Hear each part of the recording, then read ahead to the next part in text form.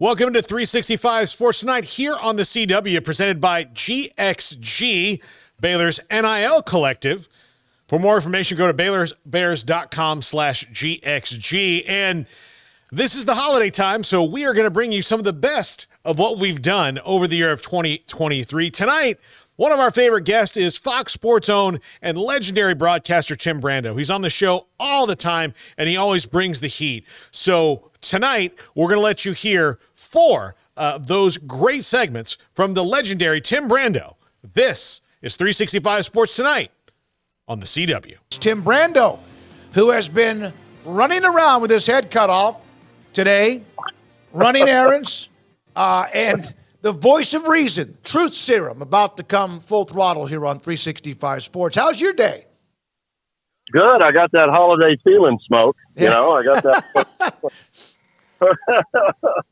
So, the holiday duty and holiday feeling. And I'm sorry I couldn't join you via Zoom, but this will have to do for today. Hope you guys are well. We're doing well. Craig's a little bit under the weather. He'll be back. All right, so I'm just going to ask you one question. Paul Catalina, you may know this, is an FSU alum, not just a fan, but an alum. It's been a tough 3 days for him. Your thoughts about the politics, the Final Four, so to speak, and how it all went down, in your opinion, of the four? Well, the major question that you get on all of these shows is, did the committee get it right? And it's like, this is the same question they ask every year. And it's not about the four teams that they got or the matchups for me.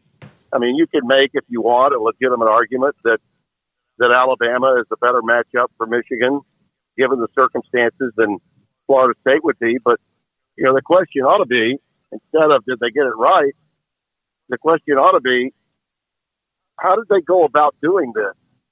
Is that right? And it's never right. The committee is corrupt. The process is corrupt. It has been since the jump. And there was no way you're going to be able to fit a square peg in a round hole when this system was put in place after having two, and only after an embarrassment when they had LSU and Alabama in a BCS title game and a rematch after a game of the century was replayed. Only then did they finally go screaming and clawing and finally saying, we can't do this. And, of course, what wound up happening after they went to four? Oh, they had Georgia and Alabama playing in the national title a couple of years as well. So, it's a flawed system, and it's corrupt to go along with it. There's no transparency. And now you have media manipulation through the most powerful conference in America, basically saying, we want to speak to the committee and we want the floor. And you're given a 30 to 45-minute infomercial on the sport's most popular pregame show all day on Saturday. This after Greg Sankey makes the rounds on Friday, hitting McAfee and everybody else to basically say, how dare you have this event without an SEC team in it? I mean, that was the narrative. No ifs, no ands, no buts about it. So would Alabama give Michigan a better game, perhaps even win the game, more so than perhaps Florida State? Well, given the circumstances and with Jordan Travis out, possibly, maybe even probably. Does that make what the process is right or correct or a process filled with integrity? Absolutely not. Integrity was lost. Florida State was, in fact, wronged, and they did everything that was asked of them. They even won games with a second-string quarterback and a third-string quarterback once Jordan Travis was out.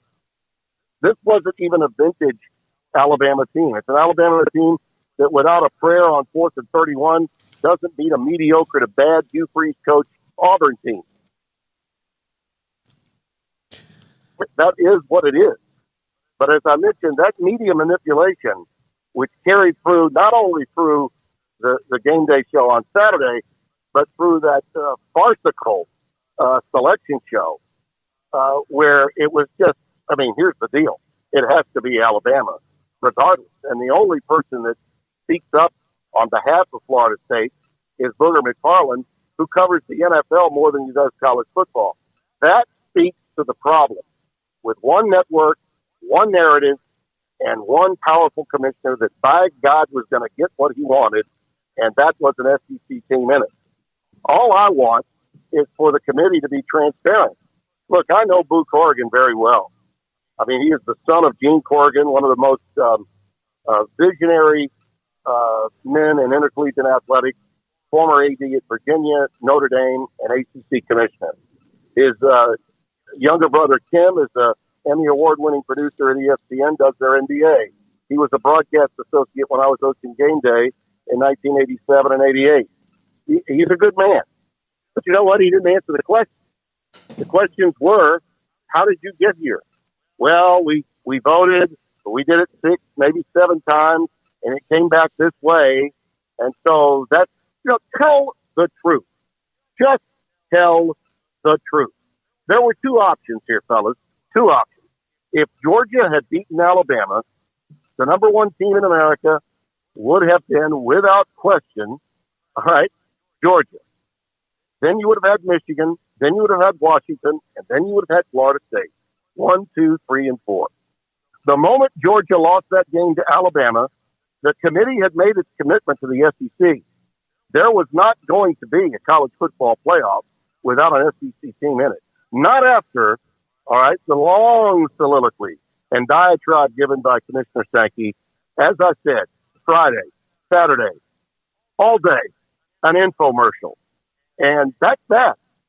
So Alabama or Georgia were going to get in no matter what. And when Alabama beat Georgia, that really allowed Texas to get that other spot, because you could not take Alabama without also taking Texas because of the criteria of head-to-head. This garbage about Travis and about, it's part of the criteria. Yeah, we've known about that nebulous piece of garbage at the end of that since they put the thing together. All you have to do when you look at that paragraph is say that the code for that particular paragraph is, if there are any issues, any controversies, this committee will exercise this option to pick whoever we damn well please. And whoever we damn well please this time was going to be Alabama, okay? Not Florida State. Period. End of story. Just say it, Boo Corrigan. Just say it. And everybody else will cease and desist. But the lies and the non-answers that are always delivered, whether it's recasting the question or it's some sort of serve up the home run pitch from Kirk Herbstreit for Boo to knock it out of the park, that's a little bit later on they say, why Liberty instead of SMU, who beat Tulane? Mm-hmm. Boo Corrigan's answer is, well, they won every game. So it worked for Liberty, but it didn't work for Florida State, did it? It's situational ethics of a corrupt committee, of a corrupt process that's been in play since this damn thing was born, and nobody ever can go after anyone that's going to say otherwise and prove to me that I'm not accurate. And that's just it. It's been that way since it started. And it's time for some transparency. It's time for corruption to come to an end. And by the way, the bigger story on this is when we go to 12, they better come up with another better core values to how they come to 12. Or we're going to have this same damn thing happening with 9 and 3 teams trying to get spots 10, 11, and 12. So this may not go away. I mean, this could be a cause for alarm moving forward when we get to 12, because these these articles and criteria have got to change. And I know the champions will get in, and I understand the arguments that have been brought forth. Hey, the commissioner of the ACC, who did a very poor job, by the way, Greg Sankey is to be congratulated for the job that he did. He used his power to use the platform that ESPN gave him to get his team in. That's what the commissioner is supposed to do. Did I like it? No, I didn't like it. But he did what he had to do. The commissioner of the ACC did absolutely nothing. Now, why did Jim Phillips do nothing? Because he made a huge error, as did George Kliavkoff of the Pac-12 with Warren of the Big Ten, who's now in the NFL, by forming this alliance that voted against the expansion being this year. Okay, so, they dug their own grave to go along with it. They were inept, but the system is corrupt. Tim, you mentioned transparency, and I know the NFL isn't the best example for everything, but the NFL has, when a game is over, the head official has to go into a room with a pool reporter and answer questions about the calls they made. College referees don't have to do that. There's no committee, so they don't have to answer to things on playoffs and all that, but you were right. There is zero transparency to the process other than platitudes and non-answers. And non-answers. And if you're if you're trying to prove that you're not controversial, you're not corrupt, or everything's on the up and up, then you should allow your committee members to talk to people and say, "Hey, I am Gene Taylor. I am, Jim Grobe. This is why I made this decision." But they're not doing that. No, and they won't do that. Ever. Not as long as this is in place. And of course, they send the great soldier that is Reese Davis out all over the media to talk about the great integrity of the athletic director from the ACC, Boo Corrigan, saying today, don't you know he would have preferred an ACC team being in, but he's a man of integrity. Stop. Just wipe the syrup off my iPad with that crap. Okay? I'm tired of hearing it. All right? And I don't need Herbie, going back on Twitter after he just got through telling us for, 2 hours why Alabama is the better choice, to talk about how sad he is for those poor kids at Florida State and for Mike Norvell, because, they did everything that was asked of them. But unfortunately, because TCU lost 65-7, and how about that? How about bringing that kind of crap up? We suddenly get amnesia about TCU beating Michigan to get into that game that they lost 65-7. The notion that you're going to compare Florida State to TCU's epic run last year and Cincinnati's as a group of 5 team is one of the most over-the-top, incorrect, historical narratives I've ever heard. Florida State's got one of the richest traditions in all of college football. Anyone wonder where Lee Corso was during the course of that selection show? With all that going on, the Luke Sunshine Scooter of Florida State fame, wonder how Lee felt about that. Well, we didn't find out because he wasn't out there. Okay, we never heard from the guy that's been around Game Day for since its beginning. Of course, wait a minute. Game Day started in 1993, didn't it? No, that's that was just an illusion I had, right? We didn't do Game Day in 1986. Okay. Only when the mascots came out on the road did Game Day ever really exist. That's what they'll have you believe now.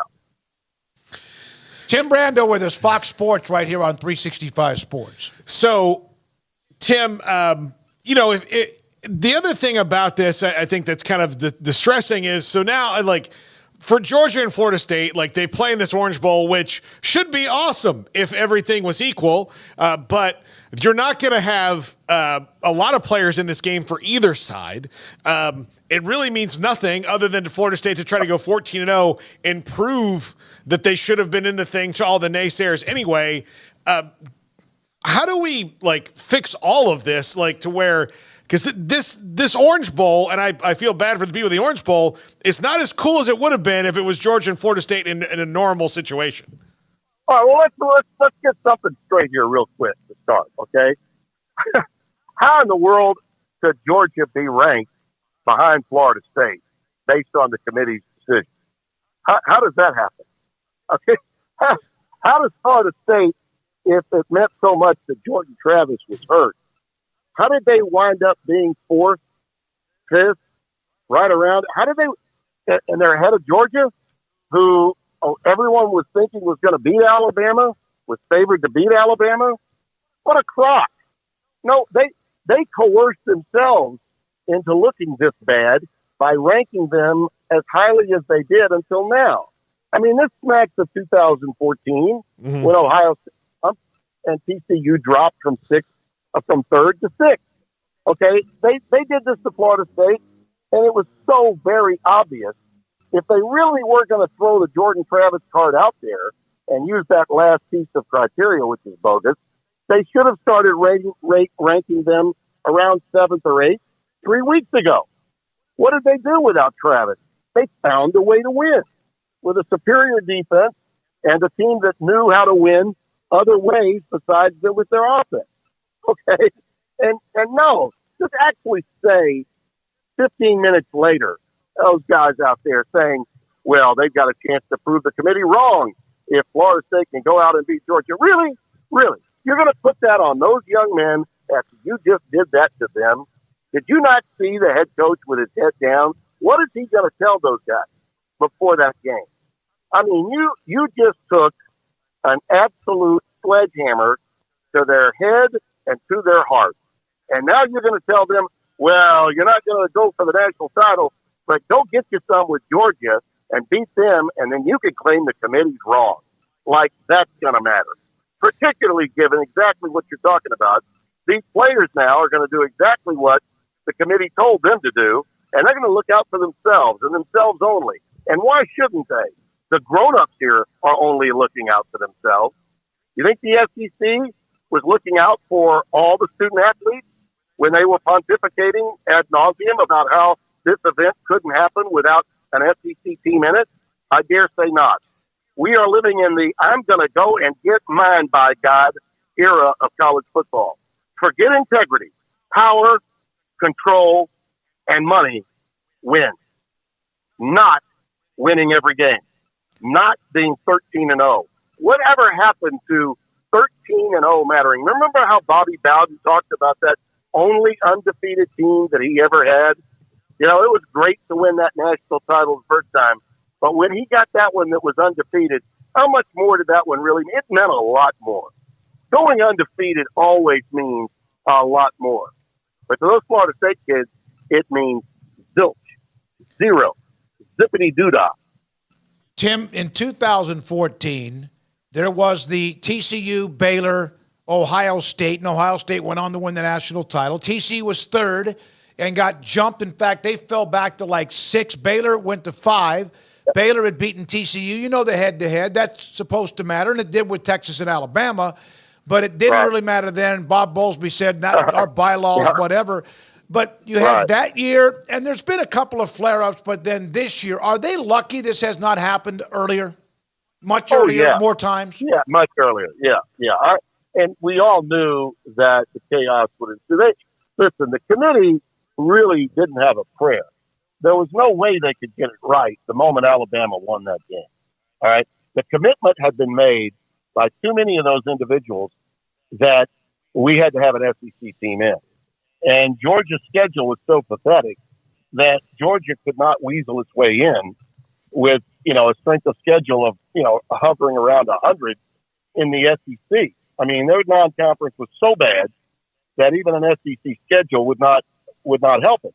Alabama did have a strength of schedule right around 55, knowing full well that Florida State's schedule, because the ACC did not offer the same kind of competition as the SEC, was going to be upwards around 90, 95 to 100. And so you just put the metrics up. And again, that's all part of this analytics, this FPI, all the little things that they can put up on a graphics machine to support whatever their mission statement is. And this year's mission statement was, we can't have this event without an SEC team in it. And that's what it is. So forget the fact that the ACC went 6-4 against the SEC. Forget that Florida State scheduled a game with an LSU team and one going away in the second half at a neutral site. Forget all of that. What mattered was Texas beat Alabama in Tuscaloosa, and Alabama found a way to play poorly and win at South Florida, play poorly and win against Arkansas, play really poorly and win Auburn, and still get in. And why? Because they're frickin' Bama. That's why.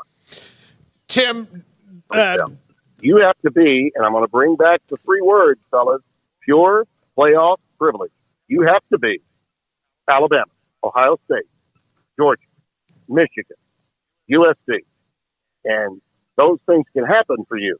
You cannot be, even Florida State, with their storied tradition.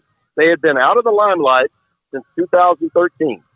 So whatever luster they once had, that baby's gone. This was about matchup and the television aspect of those matchups and what they meant. You know what? I'm sure Kirk just wanted to do Alabama, Michigan. You know, at the Harbaugh story versus the Nick Saban story. You know, either one can win and ride off into a, you know, Harbaugh can ride off to the NFL. Saban can say, I got my 8th. I just bypassed Bear Bryant at Alabama with my 7th. And now I can, if I want to leave now and put some more just for men and makeup on like Brando, I can do television. And I'm good to go. That makes a hell of a lot more television sense than putting Florida State with a second-string quarterback up against Michigan. And you know what, fellas? I'm sorry. When the public believes that announcers have that much control, that's bad for our sport. Yeah, somebody made this comment. Somebody made this comment. Sorry, Tim. Somebody made this comment earlier that instead of talking about the matchups of Texas, Washington, Alabama, Michigan, and there's been a little bit of that, but not much of it, all we've discussed was the process and the controversy. Yeah. I mean, that's what they wanted. That's all that was there, and they didn't want to get into that. Did anybody want to talk about Florida State's defense? I mean, nobody wanted to talk about Florida State's defense. I mean, it was a joke. It just because, and here's why, fellas, because all week long on daytime cable, who's being discussed when college football comes up? Same teams. All right, same teams. It's no different than the NBA. Is anybody discussing an NBA team that's not named the Lakers or the Knicks or the Celtics or the 76ers? No. In college football today and in the embrace debate world, we want to discuss just the players and the teams we know something about. The ones we don't, we really don't care that much about.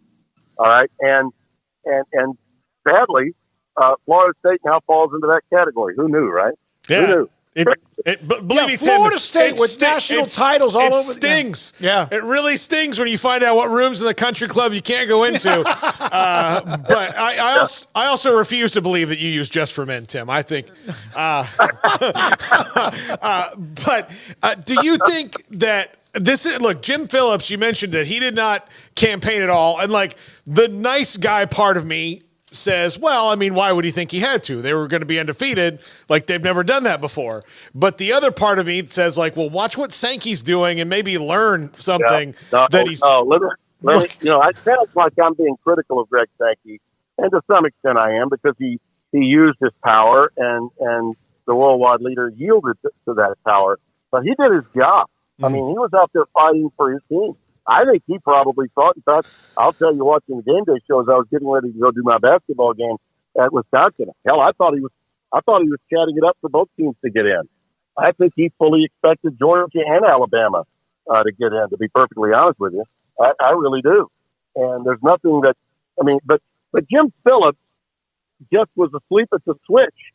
And part of the reason is he's had so many other things on his mind, like Florida State leaving, like Miami leaving, and, oh, by the way, making a mistake that he made in joining up with Warren and Cleopas with that stupid alliance idea and voting against the expansion a couple of years ago at the Final Four. It was a big mistake, and it was something that Dan Wetzel brought up in his column, and I absolutely agree with it. A lot of mistakes were made by these other leaders. And Jim Phillips, who I had great respect for at Northwestern, frankly, I thought he would get the Big Ten commissioner's job rather than Warren before Tony Petitti replaced Warren and he went to the NFL. But, you know, he's not done a very good job for his constituency with the ACC. That's clear at this stage. And what's left for them moving forward? I think he's going to be doing a catch-up, trying to hold on to Virginia and North Carolina, keeping them from going to the Big Ten, and Clemson, Florida State, and Miami from going to the SEC. Fellas, we may be a couple of years at best of the ACC still being in existence. Yeah, I mean, I was going to ask you that because there's the school thought like it was a 12-team playoff. You should stay where you are, money notwithstanding, and get in the playoff, and that'll increase your money, blah, blah, blah. But there's also we did everything we could possibly have done to get in the playoff and still didn't get in, so. Yeah. Anybody that was questioning whether Florida State was overstepping by doing what they were doing in the off season, all they need to do is throw up this past weekend as Exhibit A. Yep. They absolutely had to be doing what they were doing. And if you didn't get it before, you by God ought to get it now. Tim, what was the favorite store you went into today, and which is the one you did not think you had to go into, but you did? All right, I was able to fight off Dollar General, but I couldn't fight off Target.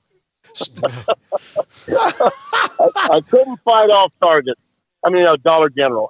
Dollar General, I put my foot down there. But Target, okay, stocking stuffers, Target is awesome for stocking stuffers. Yeah, it is. Don't get caught in like Costco or places like that. You'll never come home. You'll never leave. You'll never. You know what? We don't have a Costco here, and it's probably a good thing because if we did, I'd be bankrupt. Yeah. Hey, that's Mac Roach's favorite place to shop. I love Costco. Tim, $1.50 hot dog. It's delicious. Yeah. It's fantastic. Yeah, my daughter's got one. She lives in Madison, Mississippi. And if the 7-year-old and the 2.5-year-old get a little bit bored, it's just get the shopping cart and go to Costco and look. Just look. Yeah. Hey, Tim, thank you for your time. We will have you on again. We hope soon. Tell Terry thank you for giving you up for about 30 minutes. Go fight the crowds and the lines, and thank you so much for your Truth Serum. The chat room just loves it when you're on the show. But the two most popular Truth Serum, Phil Bennett, Tim Brando, on pretty much anything college football. We appreciate your time. God bless you guys, and Merry Christmas. Tim Brando with us, 365 Sports. We appreciate him. Tim Brando joins us. We haven't had him on in too long. Fox Sports. Tim, your thoughts? Is Jay Monahan, is he going to somehow survive all this? If he does, then he is the new Teflon Don of all the sports. I mean, that's when you consider the holier than thou representation that he delivered upon the announcement of Live and disallowing any of their players from participating in PGA Tour events, and then really allowing the players that he needed desperately to stay with him, guys like Jordan Spieth and Justin Thomas, particularly Rory McIlroy, to become sort of the pit bulls, if you will, of defending the sanctity of the PGA Tour, all the while with clearly conversations that were ongoing, clearly while he was in conversations with the people from Live to have this announcement made under the cloak of secrecy through CNBC. I can't imagine how he survives, but he may. In today's world, David, you just you never know. Everybody's speaking out of both sides of their mouths, and it would appear that loyalty at the highest levels of sports and heck, corporate America has gone out the window. Mercenaries, all just it's amazing.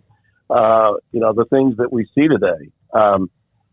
If I'm a player that's ranked somewhere between 90 and 100 and 120, and I remain faithful to the PGA Tour, and I'm hoping, particularly if I'm in that area between 115 and 120, 125, and I want to hold on to my card, all that just changed, and the rank and file here are just absolutely getting screwed in the PGA Tour. I know the fans, for the most part, and to some extent maybe the television executives care more about the star players, the ones that are drawing cards for tournaments that we see on television.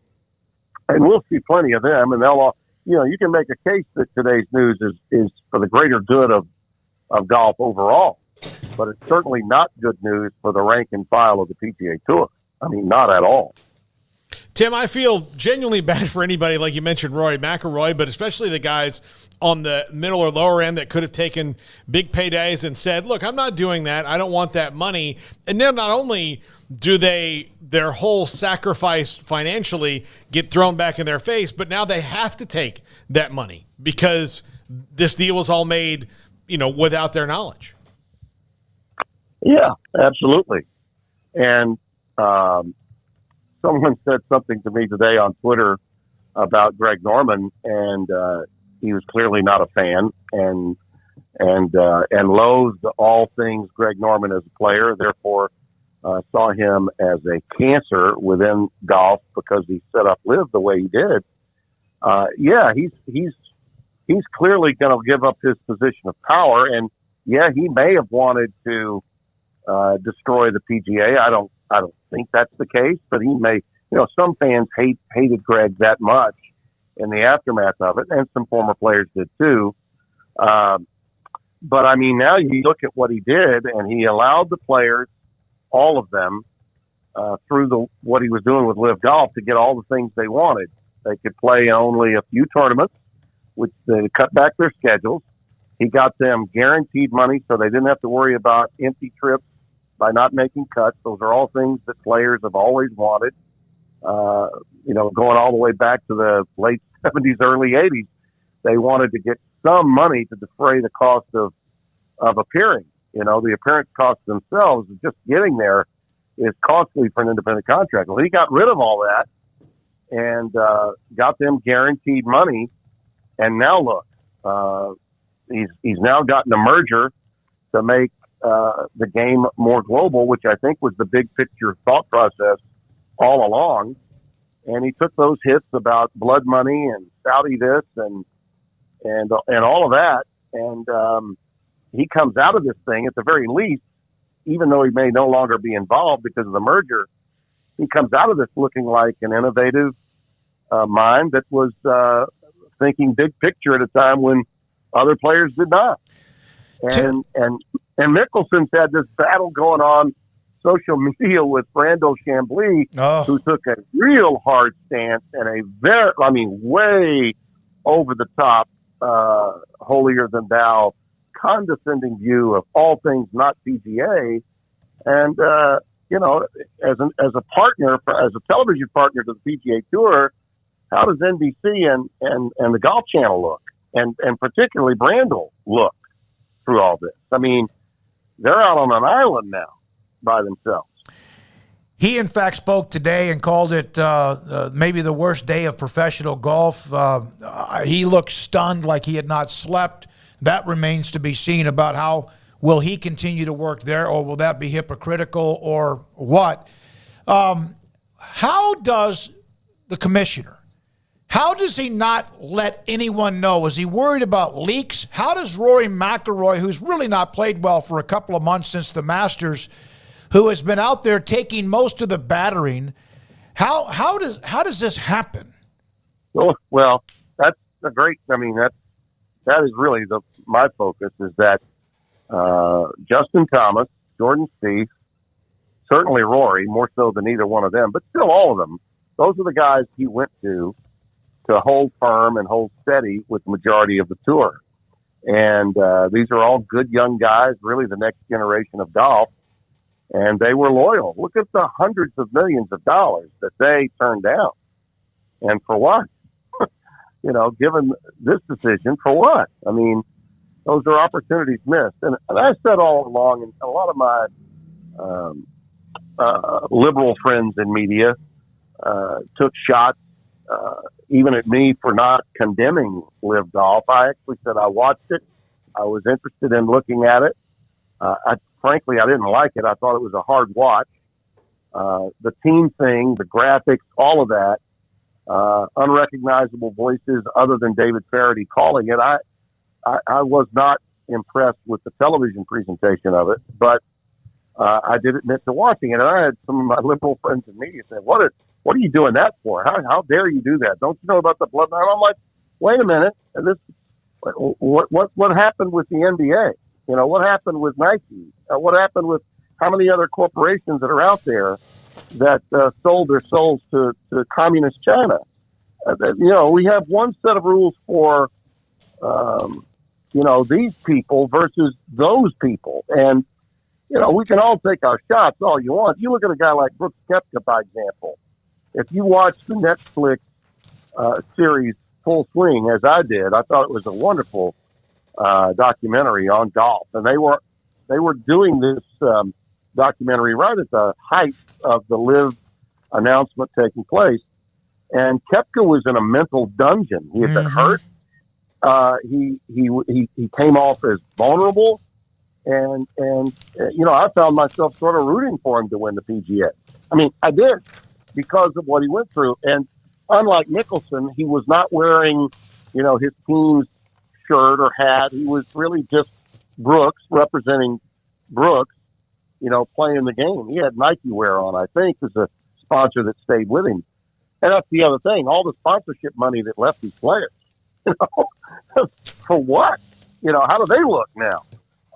But bottom line is, those guys that made that choice, that made that decision, they did so because the team thing they thought would help their so-called rank and file. There are a lot of guys that are playing on LIV that are not superstars, but they're making a lot of money, and they love playing the team game, and it's rejuvenated them. Streelman was one example of that, who loves to play team events. I think he won in New Orleans at that team event not long ago, a couple of years ago maybe, with Keegan Bradley. And Streelman was talking about that today on PGA Tour Radio, and I caught a little bit of that on Sirius earlier today. The players love that part of it, the team thing. I don't think fans necessarily do, or they don't understand it. But look, ultimately, fellas, I think this is good for golf. For the people that consume it, love it, and enjoy watching it. Now we're going to see more of the best players competing against one another, and that had been taken away because of this hard stance that the PGA Tour had taken against LIV.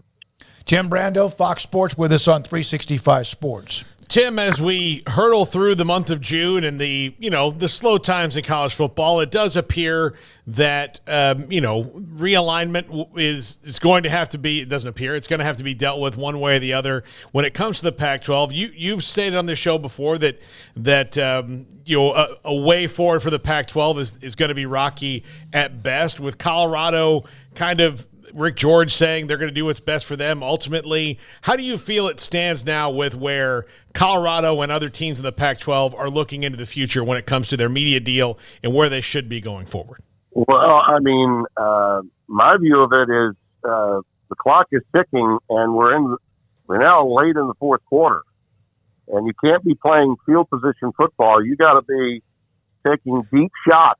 You got to be going for the home run pitch. And we're not far from Hail Mary time for George Kliavkoff, okay? I mean, let's not forget that USC-UCLA announcement to the Big Ten happened when? A year ago, yeah. It happened 4th of July weekend is when it happened.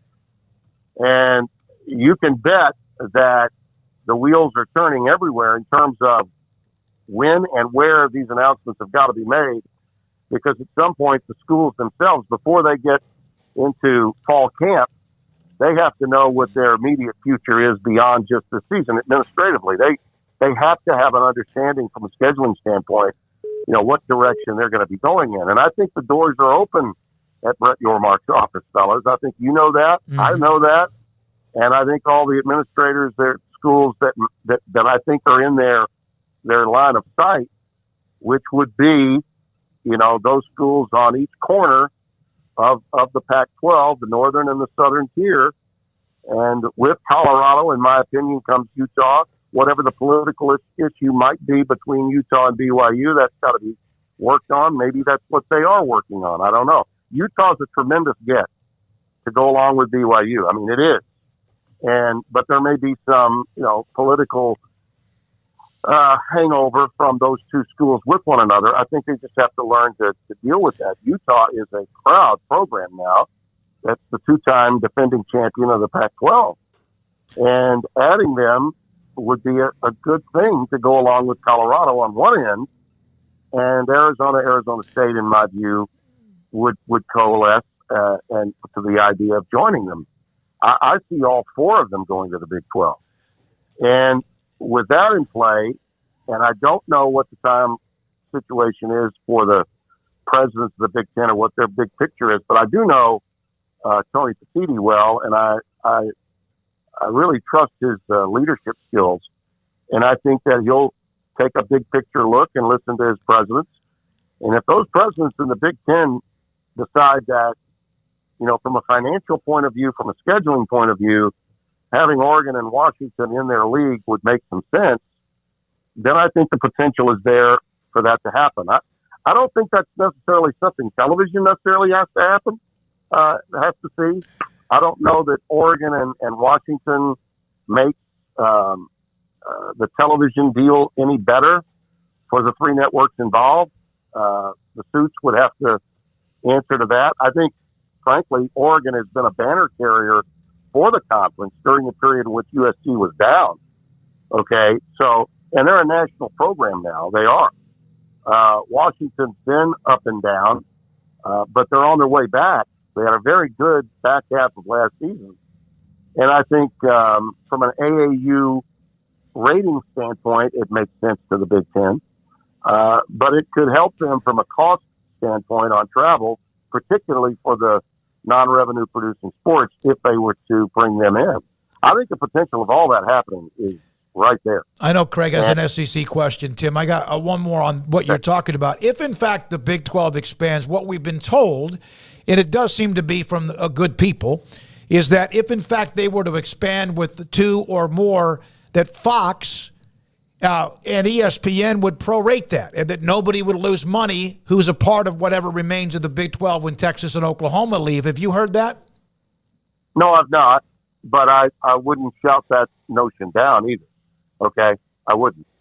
I've not had any conversations with anyone on the football front recently. I've been on vacation, just got back from there. Mm-hmm. We'll have our seminar at Fox in another month. I think July 6th and 7th. I'm headed out to Terranea in California, where we have our meetings each year for both the NFL and college football. But that's certainly as a rumor. It's not a rumor that I would shout down at this stage. Tim, I know that you had a lot of strong opinions on the SEC and their scheduling, I guess, stalemate that occurred last week. I was just curious, not so much from was it a mistake, but is this the first time you've seen the SEC kind of have a misstep in what seems like quite a while? It just feels like pretty much everything they do turns to gold, and this is the first time where it's almost like, oh wow, they're kind of human too. Well, I think it's really unfortunate that the commissioner of the SEC, Greg Sankey, failed to be the leader that we all feel he is in this particular respect. I mean, this guy is carrying with him the label strongest leader in college football. And, when Kevin Warren stepped down, that was an easy statement to make. And as I've said, and I said with my tweet a day or two ago, much is required from those that are given much, and the SEC has given much, it's taken much, and much is required. And I thought he really was lacking transparency. I thought he sent the media down this primrose lane for 15 months, saying we're going to go to 9. Even sent out through his offices who the primary teams would be that they would play. So much so that apparently it got Nick Saban's attention, because Saban for the first time wants 8 as opposed to 9, because his guaranteed opponents by rivalry would be LSU, Tennessee, and the potential of playing both of those to go along with Georgia were problematic, apparently. Yeah. And so now he's backing off. It's sad when you see that. And so, I pointed it out, and I'm not alone. There are a lot of other people in media that had some pushback, blowback on this, because it certainly lacked transparency. Now they're trying to, through his minions, of which my friend Paul Feinbaum is one, they're saying, oh, it's just a one-off. But next year we'll take care of it. We'll get it up to 9. That was because, by that time Texas and Oklahoma are in it. Well, okay, that may be true, but why did you sell us this bill of goods and then pull back within a short period of time? The reason is because the commissioner decided to yield power to presidents of schools that just want to get bowl eligible. Okay? This has nothing to do with the power schools that are going to be contending for the playoff every year, but going to and staying with 8 is going to be a problem for the SEC if they keep it in play once we go to 12. Because then you're going to be measuring, and I don't care what metrics you use. The conference in and of itself is not good enough, even with all of its championships and even with all of its crystals and its recent history. It's not good enough to have a 9-3 team that's got one power conference non-conference game on it, and you're playing FCS schools in mid to late November when you're measuring that against the 9-3 Big Ten team that's playing 9 conference games and would have played a 10th in their title game. I mean, that was my point. And this notion that being critical of anyone in a position of Commissioner Sankey somehow makes you, a terrible human being. How dare you go after our commissioner? I was just simply making an observation that I felt was true. He looked very uncommissioner-like last week. And this is the guy that's supposed to be the most powerful man in college football. I've known Greg Sankey a long time. I knew him when he was at the Southland Conference. I have great respect for him. His background, however, is that of a bureaucrat that was on the infractions committee of the NCAA, as well as the former conference commissioner with the Southland before Mike Slide brought him in. I've got respect for him. I was very disappointed in him, and I expressed that. I don't think there's anything terribly wrong with that. Like I said, there are others that have taken their shots on this too. Tim, I just think that ultimately Greg Sankey's message needs to them is like, listen, the 12th team is going to be way more important than who gets to play in the Poinsettia Bowl. Exactly. And in the same conversation that he was having with Paul Feinbaum, and this was the reason I said what I did, it was like frothing at the mouth. Paul, who had the answer, okay, those presidents wanted more money. And they wanted ESPN to dole out more money for the 9th game. Well, clearly they're oblivious to the economy of sports television right now. And by the way, that deal was done. It was brokered 4.5 years ago. All right. So, and by the way, it was never up for bid. Fox, CBS, and nobody got the bid on that. That was a deal he just decided to do on his own. Well, now, the company I work for cuts the deal with NBC and CBS for the Big Ten to be on over-the-air networks from noon until almost midnight, and they're making $1 billion. They're going to make more money per team than the SEC is, and yet he wants ESPN to bail them out with more money. They haven't even started that TV deal yet. I mean, come on. At some point, you got to admit to that. You got to let's just tell the truth. The presidents wanted more money. ESPN's not willing to give it. When they are, then maybe we'll get to 9 games. Just tell us the truth. That was my point. Yeah, and a little transparency would have been nice, but he chose not to do it. And and for those that want to protect the mighty SEC, I love the SEC. I wouldn't be where I am today without the time I spent covering the Southeastern Conference, both at ESPN and at CBS. That has nothing to do with conference affiliations, and I'm a friend of Paul's. I don't dislike Paul at all. But if he wants to come after me, then he can come on all he wants. If he's going to be the pit bull for the commissioner, bring it, big fella. I'm just going to say what I see. I've always said that, whether I worked at ESPN or CBS. I said what I saw, and I'll not stop doing that. Which is why we love you having on the show with a lot going on today and a lot in college football. Tim, hope you had a great vacation. Hit them straight at Southern Trace whenever you play there next, and we always appreciate your time. You got it, fellas. Always a pleasure being on, and there will be some moves. Mr. Yormark, I think, is going to be he's going to be the guy to keep an eye on between now and the 4th of July.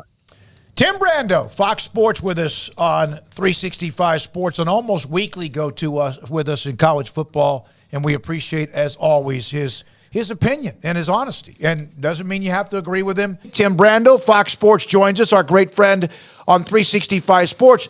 Well, Tim, Colorado last week, and it might be 1, 2, or 3 more maybe this week with the Big 12 and the Arizona schools, huh? Looks that way, and this is really playing out, David, the way we thought it might, and we detailed months ago here on your show. And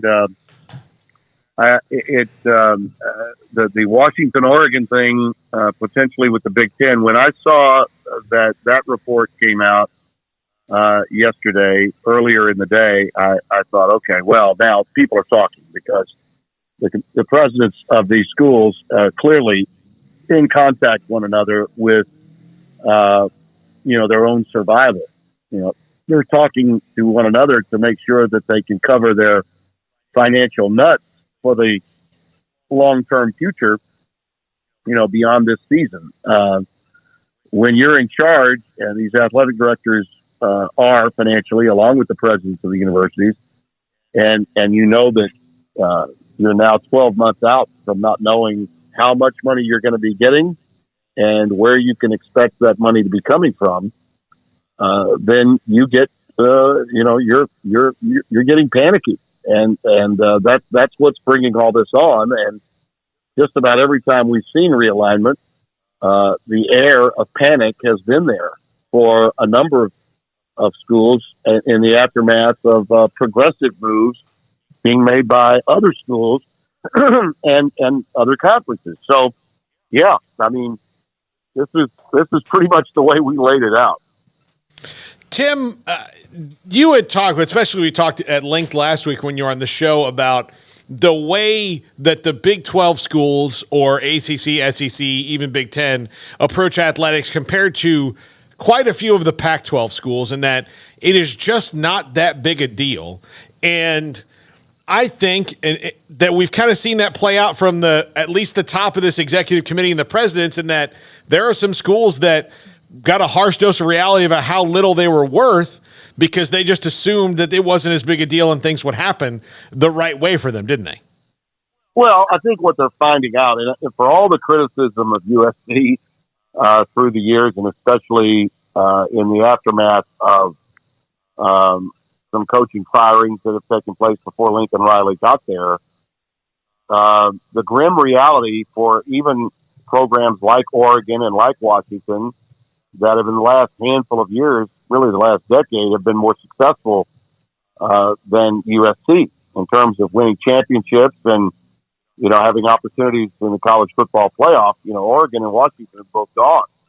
Oregon got to the finals in the first year of the CFP, and Washington's been in there twice. So when you look at it from that perspective, they'd like to think that they are on par with USC, and the truth is they never have been. USC has been carrying the water for that league for a long time, and especially from a television standpoint. They outrate every other school by a large margin. And I don't know that any of their leadership really took a long look at that. Washington is the second highest rated school in the Pac-12. Oregon is the third. There was a period when Oregon was ahead of Washington in the days of Marcus Mariota in the mid-2000 teens in 2014 and 15, that during that period.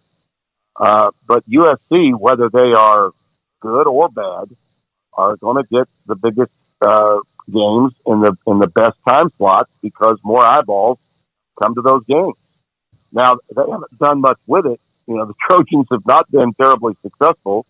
I mean, they are, in a lot of ways, the West Coast version of Texas, more brand than brawn.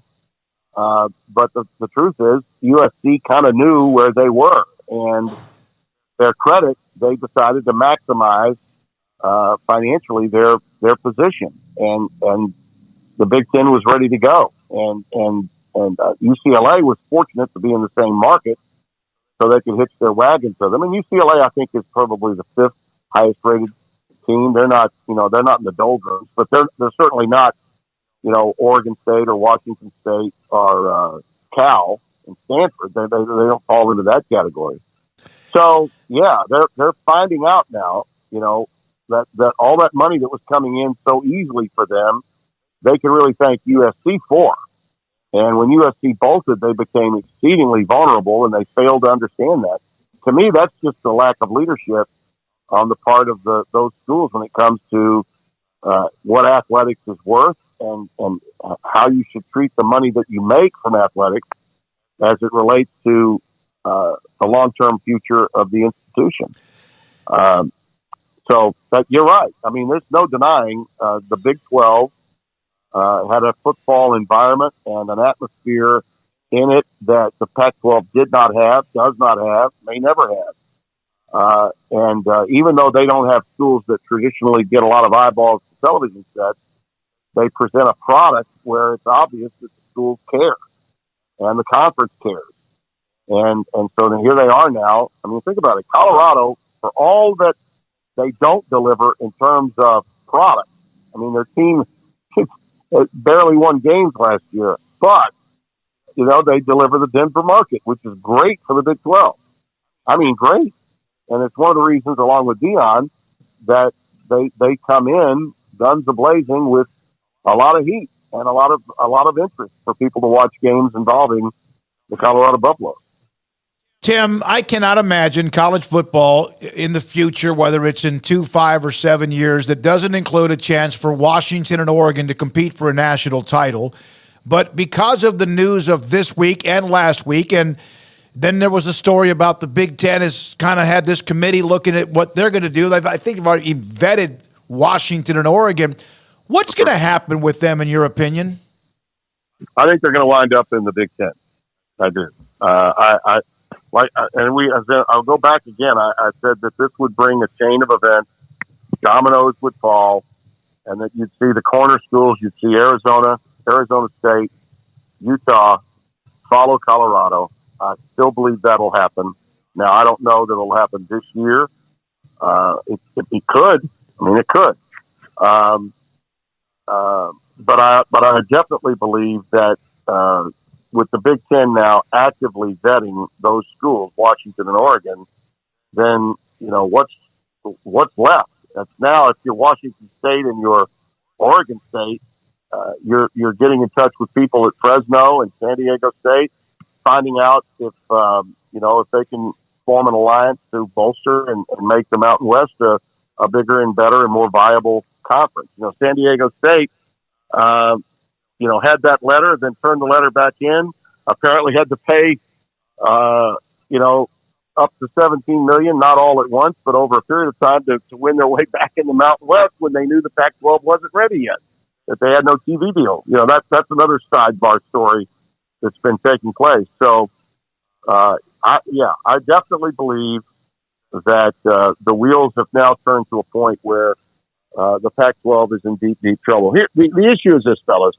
If you are the athletic director or the president of a major university, you're probably, David, my age or your age or older. Okay? And when you go back to your board of supervisors, board of regions, whatever you want to call them, and say, okay, here's the TV deal that George Kliavkov's given us. It's Apple-centric. Okay? Well, if you're 60-plus years old and you're telling me that you're not going to be on Fox, you're not going to be on ESPN, you're not going to be on NBC, you're not going to be on CBS, you're going to be on Apple TV, that doesn't register with your people.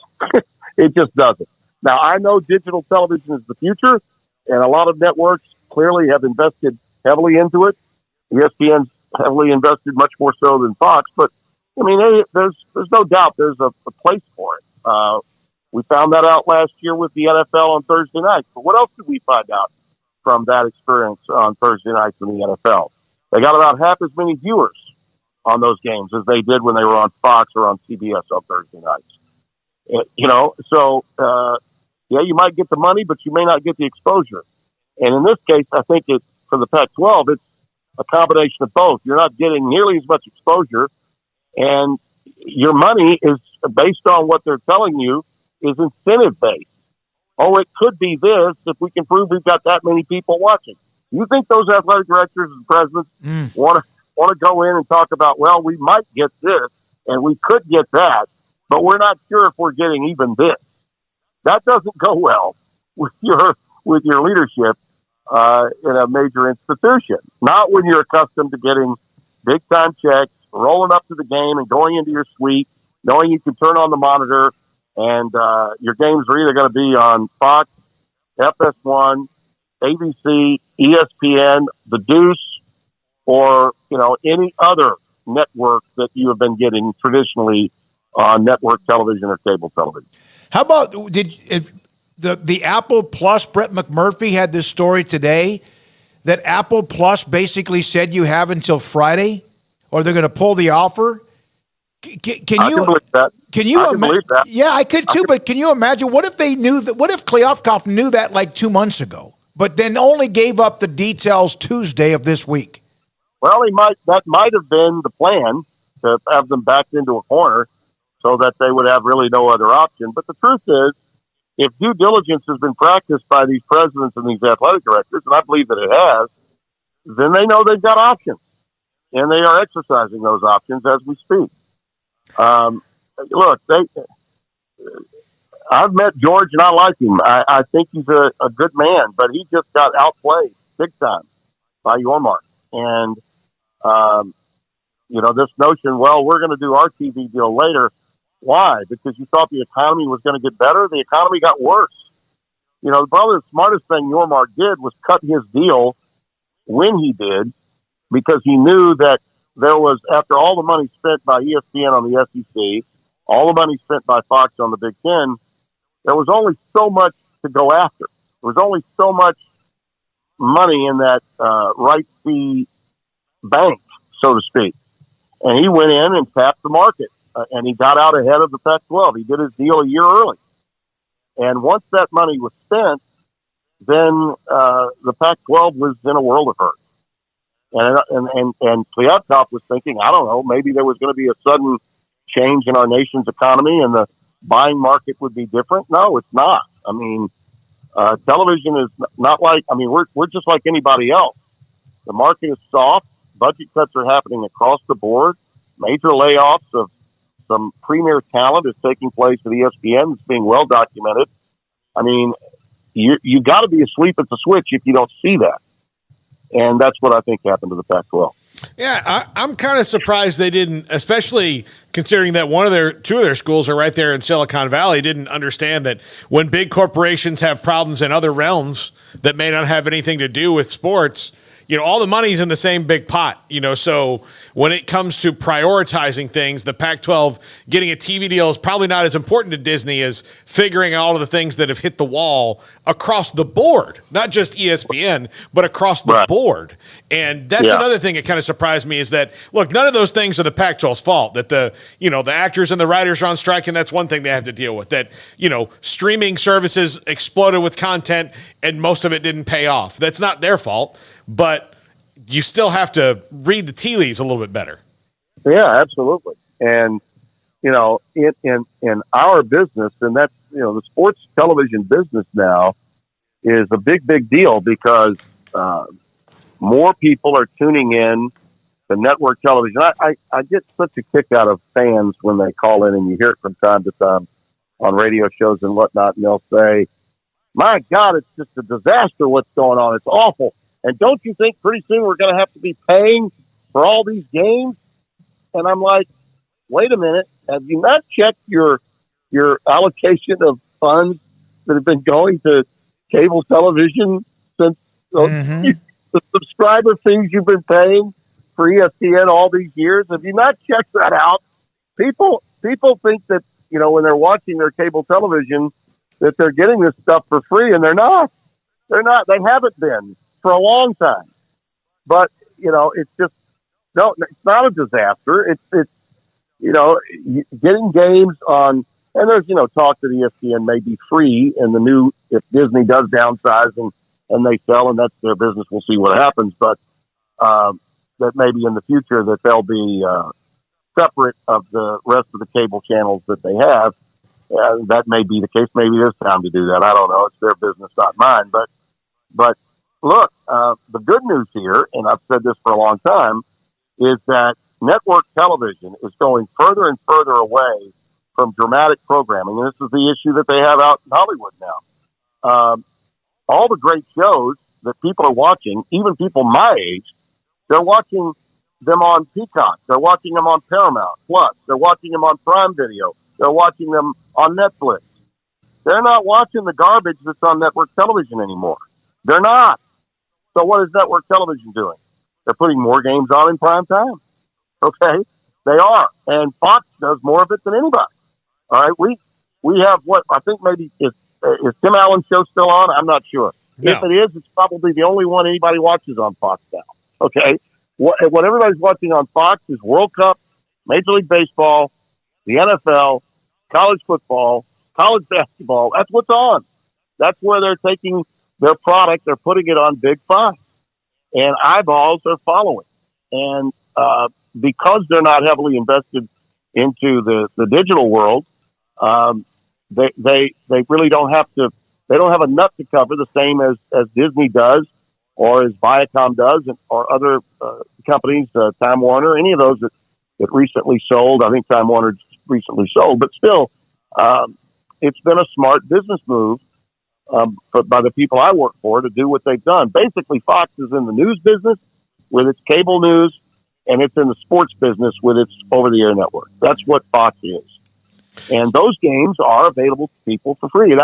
And I still think all the great championship games and the deals you see done from college football playoff, the NCAA tournament, by and large, those games are going to be there for people to see on over-the-air networks for a while. But when people complain about, oh, my God, we're going to have to pay more for this, you're already paying. And you've been paying for quite some time. You just don't look at it that way because you've been doing it for so long. You're numb to the idea of, oh, that's the cable bill.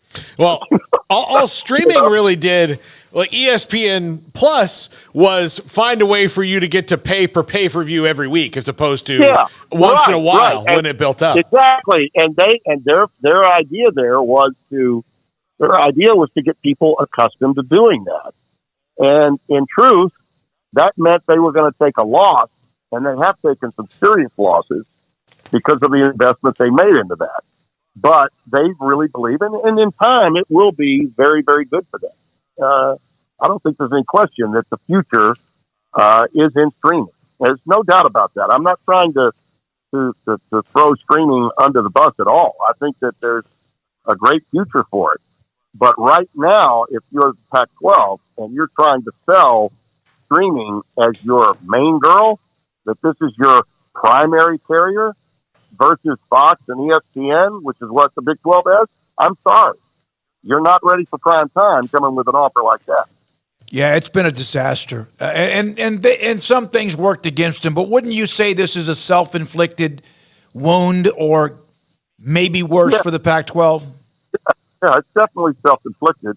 And the signs of this happening, I think, were there for all of us to see during COVID, that their presidents and their leadership was not, they were asleep at the wheel during that. They almost let that season get entirely by them. What was it? The Pac-12 champion that year was Oregon. They went 3-2, I think. Mm-hmm. If I remember correctly, they beat USC in the Pac-12 title game. They were asleep at the wheel during that. And since that particular time, and everybody took a bath during the COVID year. Everybody lost money. And that's the other thing. The networks were cutting budgets, and, since that happened, what have you seen? You've seen more games being done with announcers, not at the games, but in a studio somewhere. All that is a byproduct of the financial strain from a production standpoint the networks were put in with the money going out for rights fees and having to deal with COVID and all that COVID brought on everyone from a travel standpoint, from a personnel standpoint. How do we manage to get this season in? And, college football's credit, especially I think the SEC and the Big 12, those two leagues helped get us through 2020. But it wasn't without a lot of painstaking work and a lot of lost revenue. There was plenty of both. Tim, can you give us any insight into what Florida State and any other ACC team strategy might be to get out of a 12 to 13-year grant of rights? Listen, Florida State president at least was being candid and he was being transparent, and I applaud him, but what the hell is he going to do? I mean, he signed a grant of rights that is very costly. I don't know how you get out of that. I mean, I really don't. The only out, we were talking about the Pac-12 situation. Someone wrote a column recently. It might have been in the Athletic. Could have been Stu Mandel, and maybe because he's a Pac-12 guy and that went to Northwestern, and he follows Cal closely because he's out in Berkeley. And I like Stu. I don't always agree with him, but I like him. I know he cares about college football. He seems to think that possibly the what's left of the Pac-12 could strike a deal with Jim Phillips and the ACC to help bolster the payout from ESPN so that they could at least rival what the Big 12 is making in the future. And it sounds like a reasonable idea, but I just don't know, again, as you were mentioning, fellas, that the mission of every university is different. And the mission of the schools in the ACC may not match up at all with those left over in the Pac-12. You know, politics are different along the Atlantic Seaboard, and especially in the southern sphere of the Atlantic Seaboard, from that of Silicon Valley and the state of Washington. Okay, those are states that are far, far apart. Tim, thank you for your time, but I want to get to your top 10. I saw that it was released. Yeah. It's always something that some people like want to go and slam their head between a door and a wall. But here's what we said. We mentioned it earlier, and we have it up on the screen. What I love about it is it's not just falling into place. Like, you know what? It's nice to be a little bit unique. Not that there aren't some dogs right there at the beginning, but it's to me, I'm not going to say it doesn't make sense because I don't know, but you want to go through your top 10? Well, let me just, again, I have to remind people of this all the time. It's like having to remind fans that college football is not run by the NCAA, okay? You know, NCAA, I'm like, no, they don't. They lost the Supreme Court ruling in 1984. That's why the College Football Association was born. It's why the networks make deals with conferences and not with the NCAA. All that people forget. People always forget, David. When I put out this top 10, I started it when I had my own show, and I kept doing it after I stopped doing my own show. Feinbaum had me do it, and now I did it on Crane and Company yesterday. I really like Jake. They do a nice job with their show each morning on Daily Wire. But my poll is not a starting grid. Okay, it's not going to look like any other poll because I'm not projecting where teams deserve to start the season. I mean, all these polls you look at, in USA Today, Lindy's, name the top 10 that you look at. Okay, 24/7 this and all that. Okay, they all put out polls based on where they think teams should start the season ranked. Okay.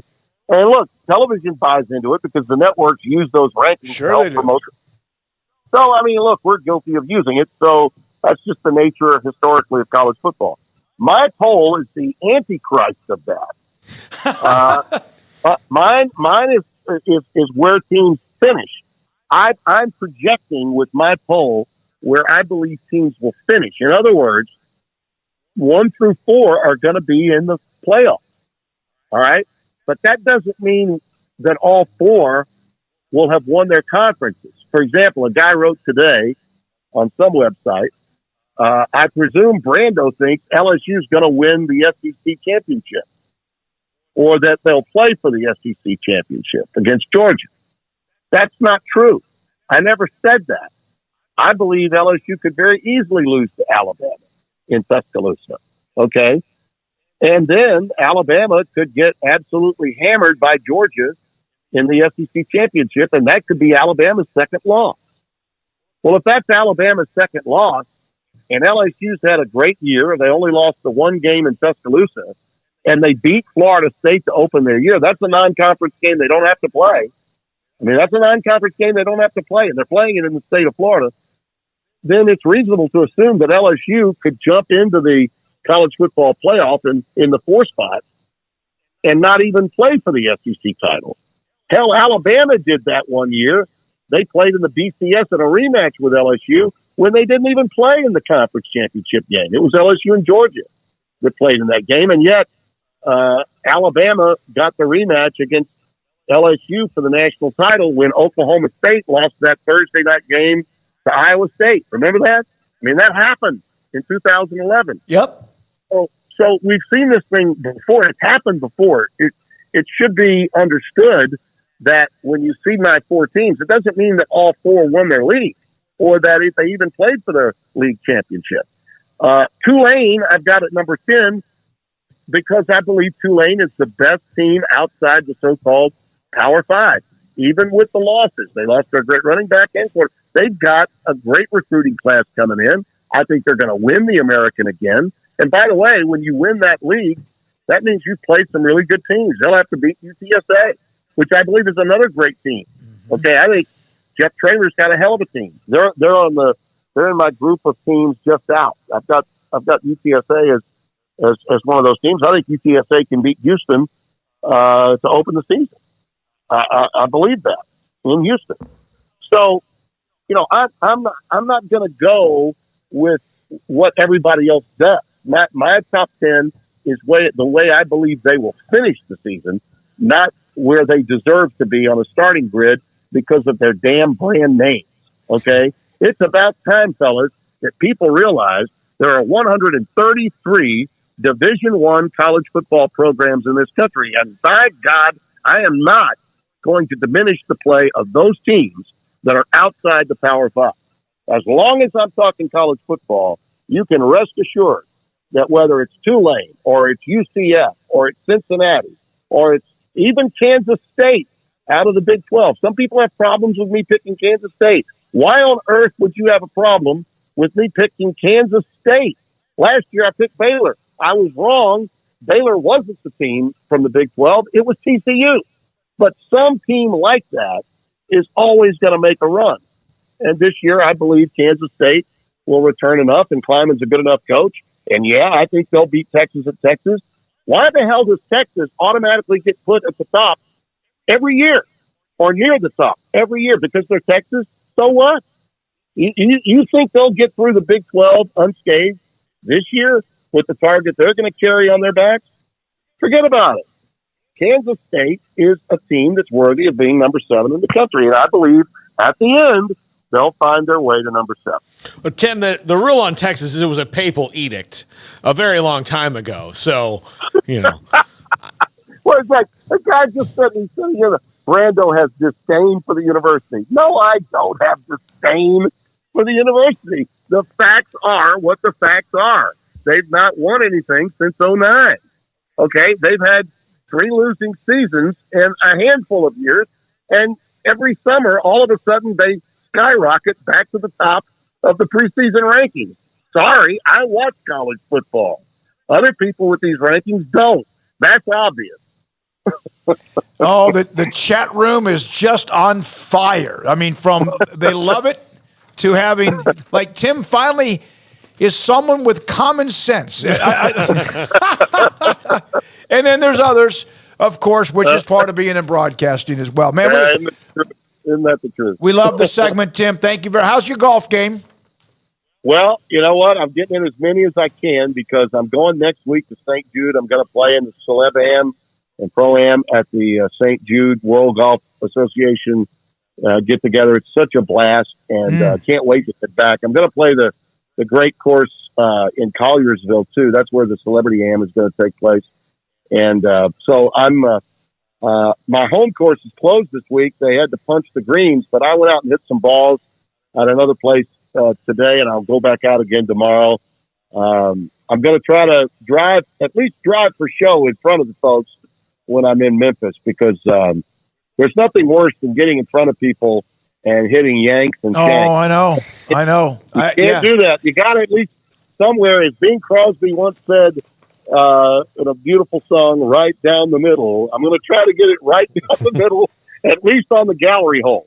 You know? I played in a Pro-Am back in the day in Tyler. It was the Eisenhower Golf Classic in between the Nelson and Colonial. And for 1 year, I was asked by the way, a former Arizona State president, George Ham, who was at UT Tyler, he said, we want you to be on a team. And I was scared to death. I'm pretty good, like right now, but I was a little bit nervous. And I'll never forget, somebody gave me, one of the pros I'd done an interview with the night before, this big gala. He said, don't hit your driver. I said, why not? He goes, hit the club that you know you're going to get airborne. Not that you won't, but airborne and straighter. And I hit my 3-wood, and I just had this little draw down the middle and almost peed in my pants. I was so happy. I was so happy. Yeah. Absolutely. Yeah. And by the way, unless they got a shot tracer on you, they don't know how far it went. That's exactly right. Yeah. Thank you, sir. Appreciate your time. Fun times. All right, fellas. Tim Brando, Fox Sports with us. Appreciate the times he's given us. Tim Brando joins us, Fox Sports. And I was going to read this tweet before we had you on Tony Petitti, the commissioner of the Big Ten. You actually spoke with him. Is that correct? Reminisced a little bit about the TV business and your knowledge of what he's done? Yeah, we talked a little bit today, and I had been interviewed in a piece that Chris Vanini and Nicole Arbach collaborated on that was in The Athletic today, and he was just kind enough to call me and thank me for the kind words that I said about him. I had a wonderful experience working for him for 9 of the 18 years that I was at CBS, and I actually knew Tony long before that too. He was a young attorney and then a young programmer at ABC when I was at ESPN in 1988. So he's 62. I've got him by about 5 years, but we basically came up in the same generation. And when the occasion occurred that he was elevated from the general manager position at WCBS in New York to our executive producer, which happened, I think, around 2005 or 6, somewhere right in there. He stayed for about, I think 8 years, 6, 7, 8 years, something like that at CBS. And he was our executive producer. So I saw him every Saturday that Spencer and I were in the studio, whether it was with Archie Manning or Tony Barnhart or, any of the other guys that followed, Aaron Taylor and a few other guys that would be our third wheel in the studio for the SEC on CBS. I saw him every week and talked to him a lot about college football. He was very, very involved, very active, had tremendous history with it, really wrote the BCS plan for Roy Kramer to take credit for. Even Commissioner Kramer gave him that credit every time someone interviewed him about it. And he knew that I was taking pot shots at the BCS from the moment it was created. And he understood my point of view. And I also understood that his point was we do need a playoff, but we cannot get there until we first and foremost get the Big Ten and the Pac-10 involved at that time. And away from this Rose Bowl thing that screwed it all up for everyone. We were having too many matchups that couldn't happen. And so this, in essence, had to happen. To get a 1 versus 2 had to happen first before we could ever, see a time and place for a full-fledged college football playoff, which ironically is inside 2 years of becoming a reality. And here he is becoming commissioner of the Big Ten after being out of the college football circle for quite a while. He left CBS to help put MLB Network on the air. He was also a big baseball guy, Tony. And then when he left that position, it was to be the associate commissioner of Major League Baseball. I frankly believe they would have been wise to have hired him as the commissioner rather than the assistant commissioner. But they did what they did. And I also tweeted years ago, when the Pac-12 job first came open, when Larry Scott got the job, I said they should hire Tony Papini.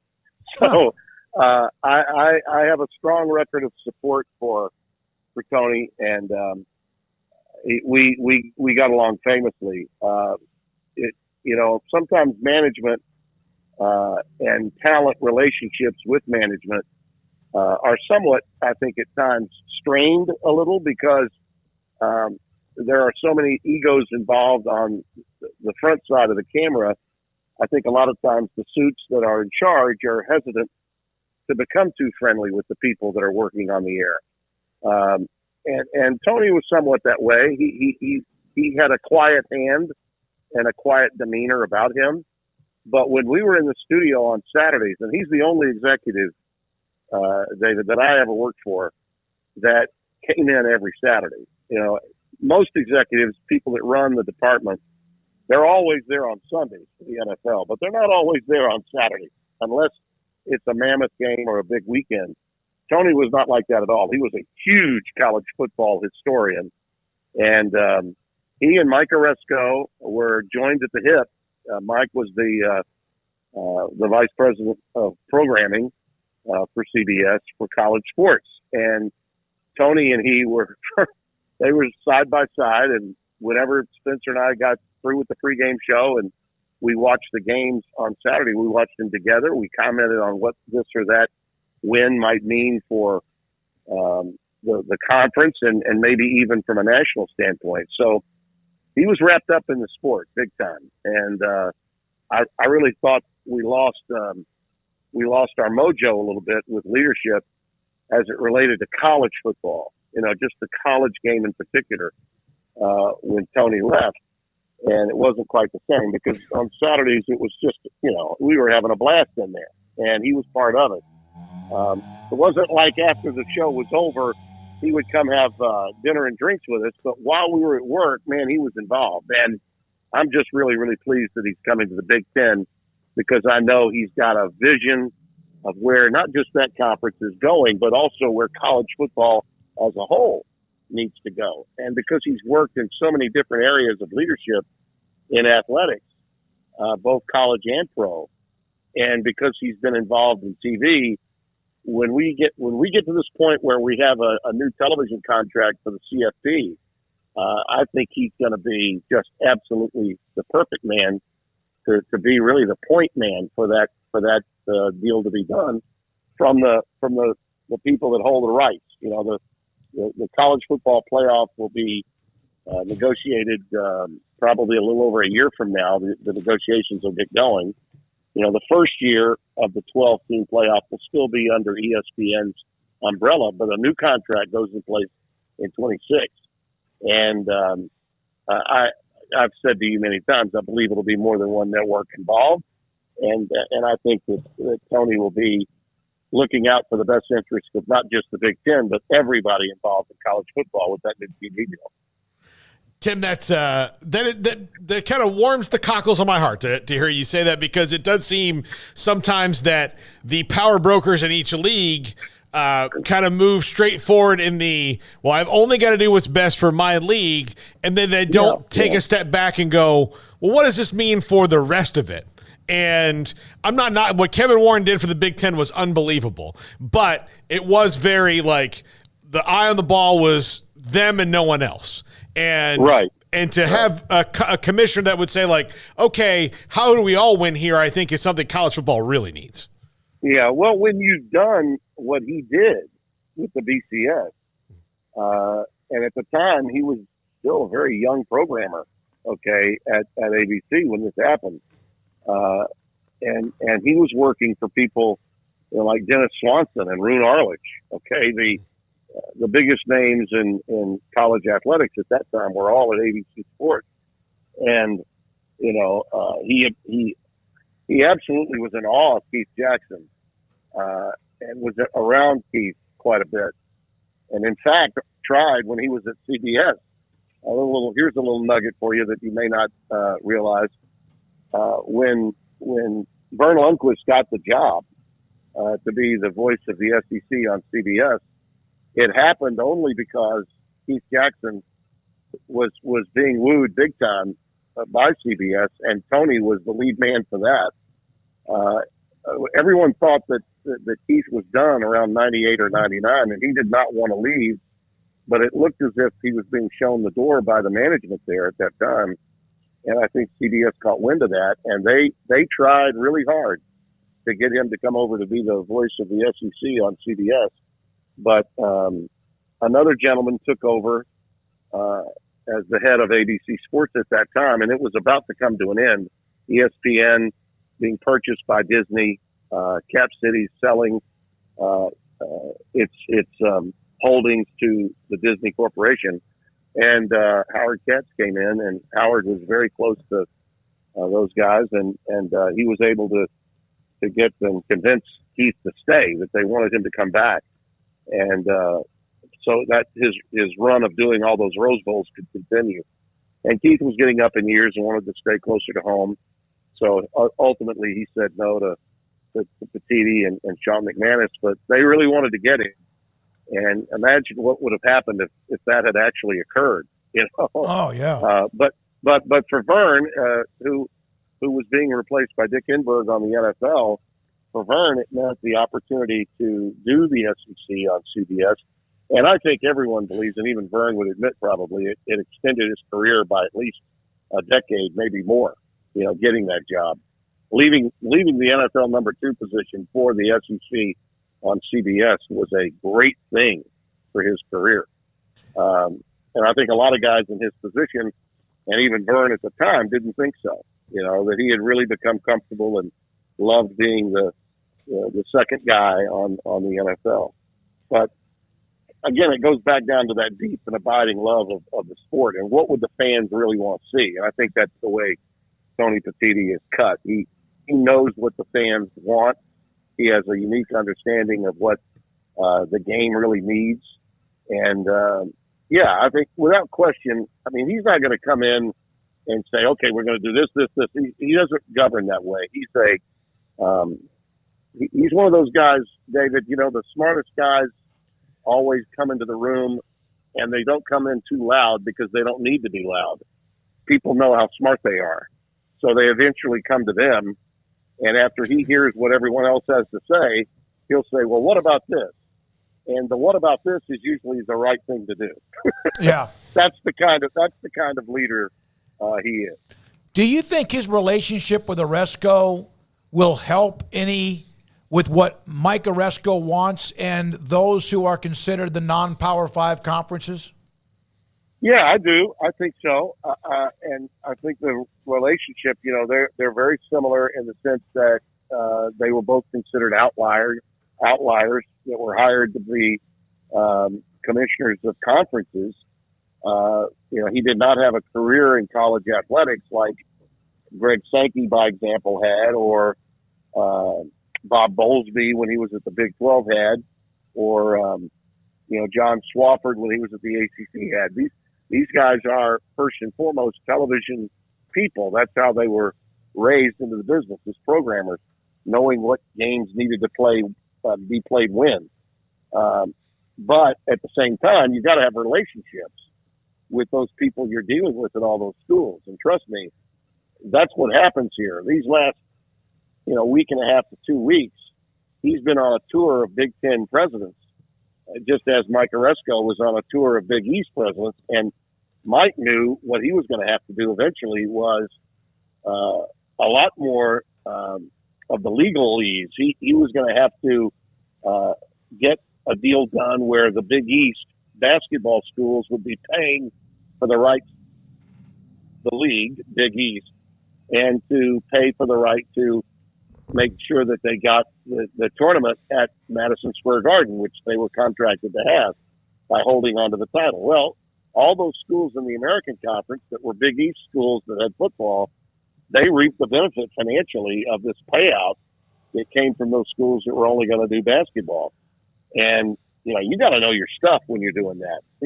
None of that is any, those were big hurdles that Mike had to deal with when he took that job, originally with the Big East Conference.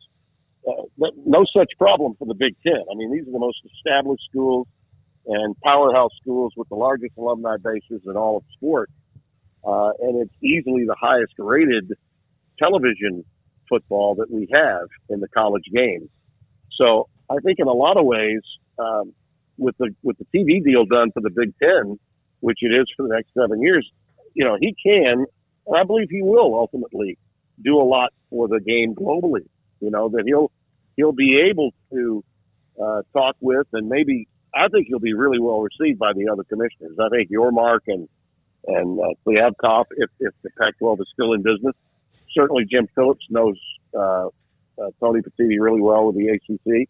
I think he'll have their ears in a way that certainly Kevin Warren did not. And that's important, because the Big Ten and the SEC are the two conferences, and those two men are in the best positions. And I think there's a similarity really between Petitti and Sankey in their demeanor and in the way they do business. Both cut right to the chase. Neither one are self-promoters. But I think both are magnificent leaders. And as they develop a relationship as well, I think it bodes well for all those conferences, the Mid-America Conference, the Sun Belt, certainly the Mountain West, and also Mike's conference, which has been really the next best conference since really the college football playoff got underway.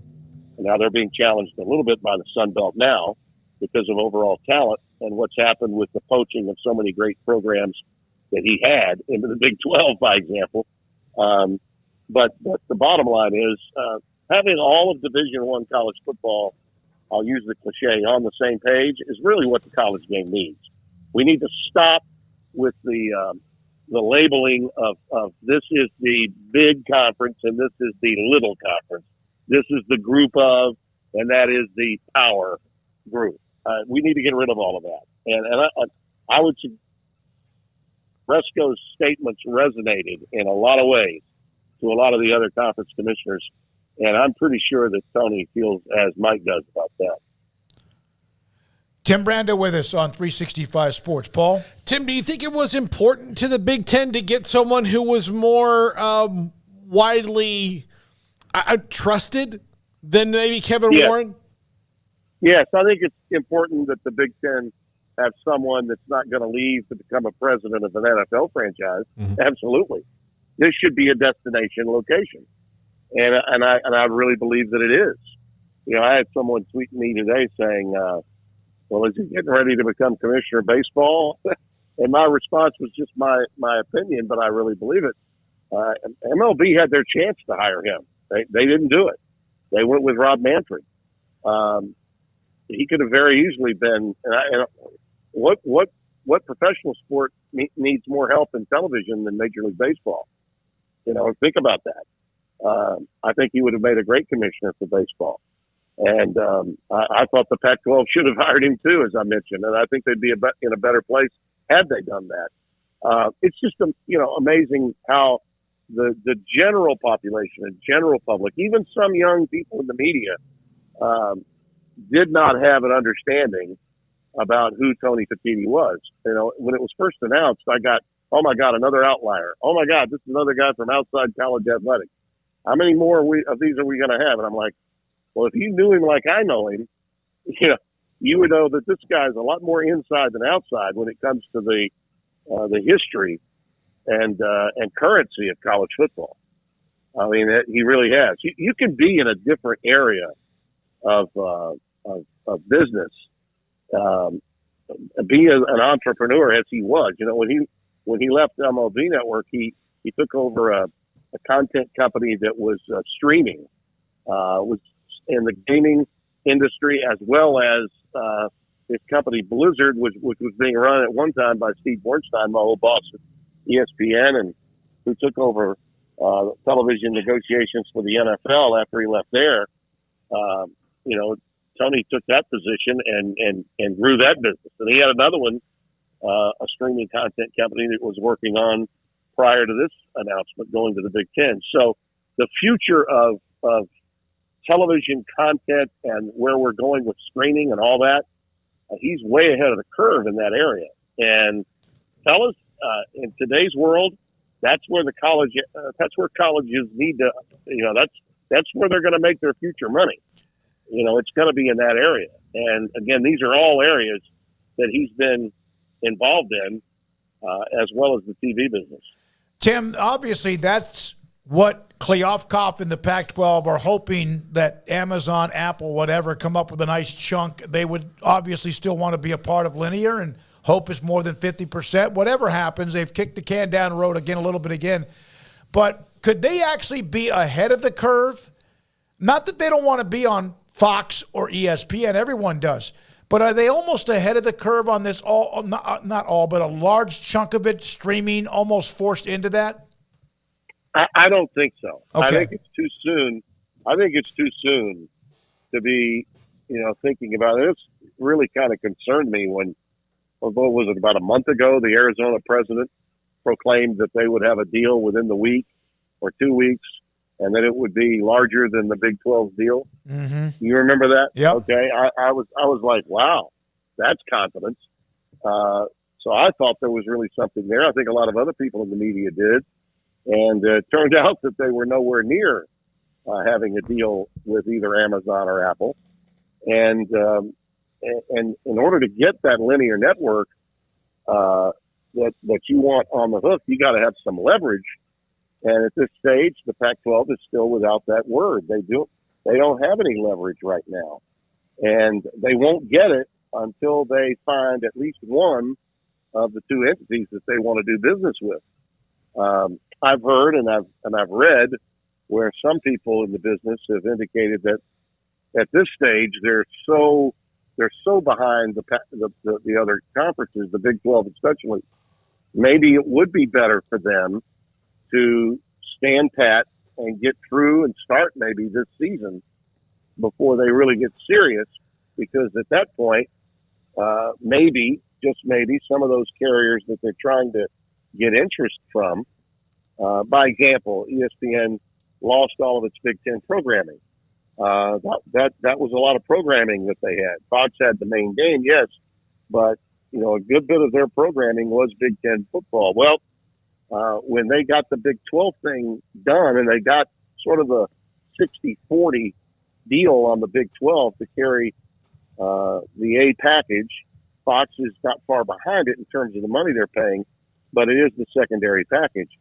The Pac-12 is in a bit of a pickle. Fox is carrying Mountain West games in that time slot, so it's not like they don't have people to take care of.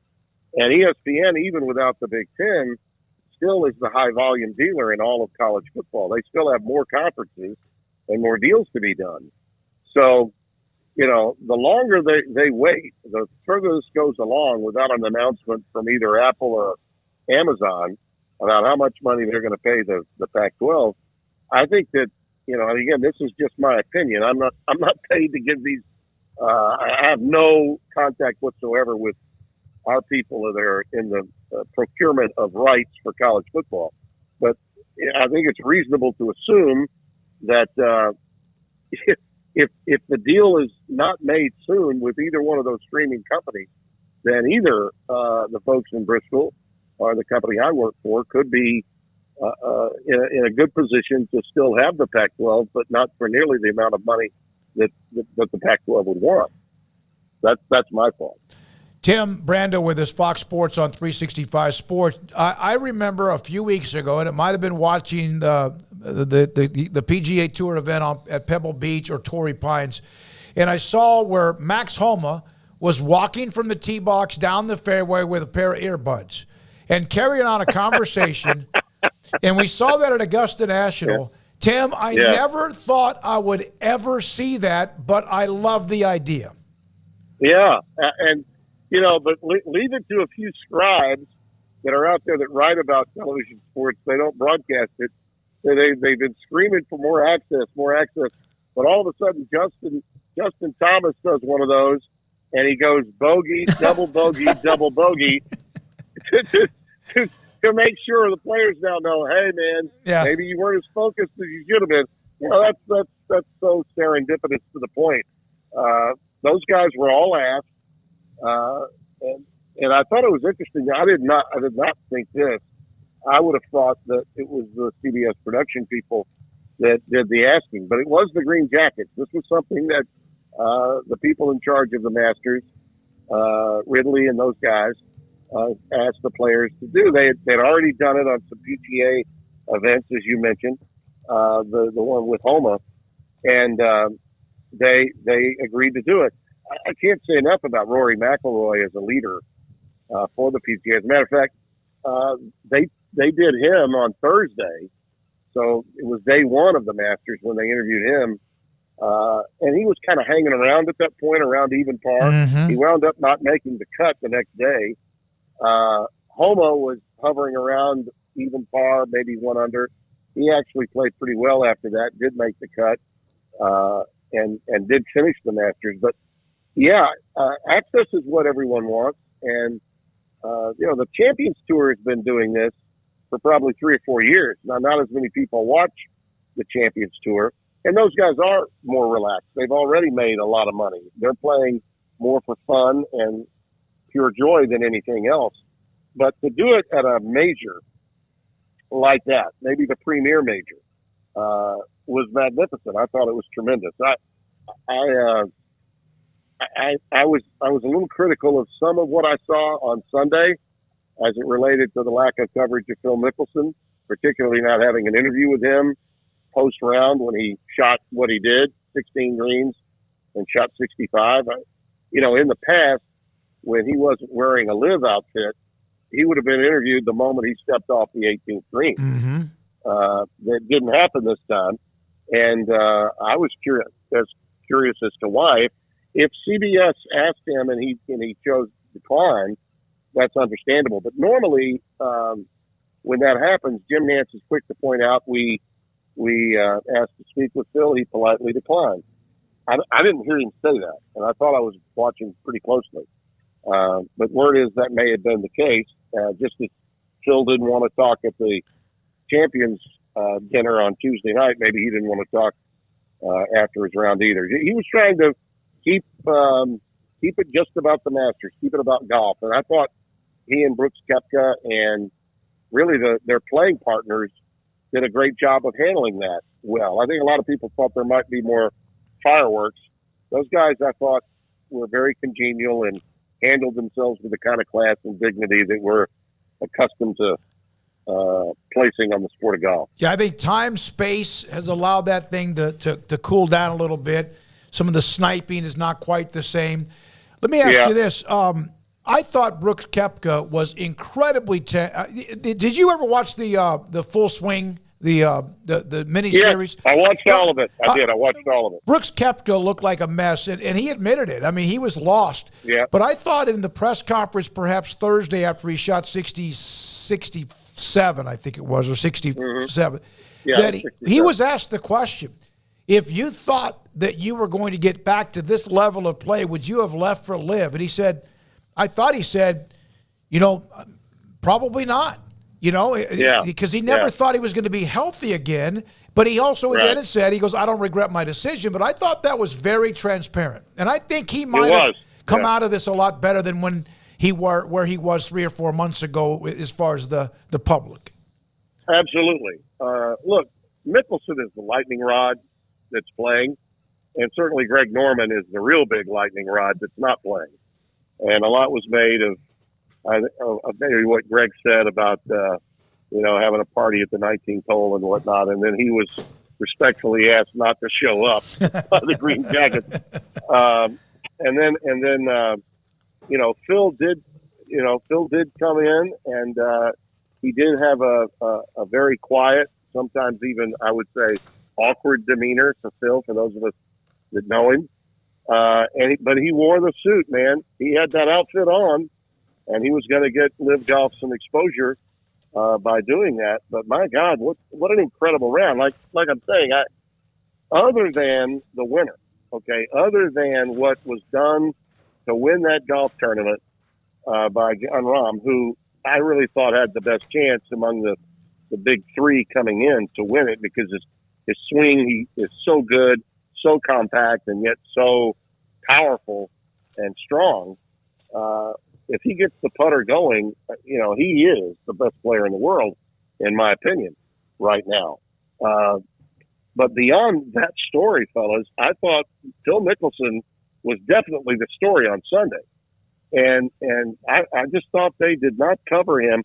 Now Jim Nantz went out of his way over and over again to talk about the history he was making, both at being 53 and shooting that low of a score on the final day, the best score he's ever had, and all the stops that he's made at Augusta as a three-time champion.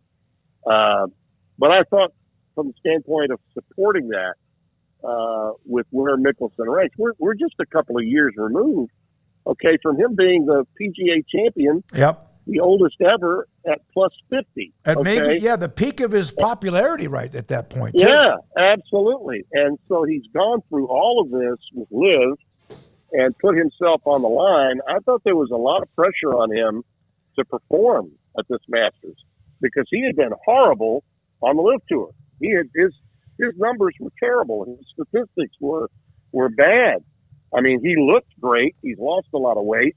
I know that new coffee that he's taking. I might have to take a look at that. Yeah, that coffee that he's drinking. But I thought if he had gone out in 2 rounds shooting 75 and 76, I mean, he would have been probably as embarrassed as maybe he's ever been in recent memory. And then he goes out and lights it up, to shoot 65 and hit 16 greens in regulation. I mean, even when Phil was winning tournament after tournament and really rivaling Tiger, he wasn't known for hitting fairways and greens. No. He was getting up and down around greens, getting out of trouble. The shot of his life from the straw on 15. I mean, my God, those were his epic moments. It wasn't about fairways and greens. So this was just a different Phil Mickelson in terms of the way he performed on the weekend. I thought I saw 71 and, now he makes the cut, but he's right there. Did I think he was going to finish second on Sunday? Absolutely not. Under no circumstances did I feel that he would finish second. So to me, and by the way, the number of seconds that he's had at Augusta, I think it's only Nicklaus that's better than him on finishing second there. I just thought he was worthy of more. Nance did everything he could, I thought, to remind people of what Mickelson was doing, but they were not showing his run on the back nine when he was going birdie, birdie, birdie. They were not cutting the shots with him. I just thought that their coverage lacked from the standpoint of following a big name. Just because that big name is no longer on the PGA Tour doesn't mean you don't have to. You got to follow that story. You just do. Yeah, you do. Opinion. I agree. Tim, thank you very much. It's about that time you work on your golf game, and it's beautiful weather, and you get out, get some sun. And is this a downtime for you? Is this when you have some freedom to kind of decompress? Yeah. You haven't mentioned it yet, but since I spoke to you, and this happened right before I got to the Final Four, how long has it been since we talked? I'm trying to remember. Did we talk 2 weeks ago? It was, we did. It was 2 weeks. It was right before the Final Four weekend. Okay, well then this was as early as my contract's ever been renewed at Fox. Mm-hmm. And so to have all this time off before I start my new deal, which begins in September, is really cool. Normally we're grinding about every 2 years to figure out whether it's over or not, and to know for the next 4 months and 3 years that I'm going to continue to do what I love. I couldn't be more excited. I'm going to spend some time, obviously, chasing grandbabies and more time than usual playing some golf in the next few months.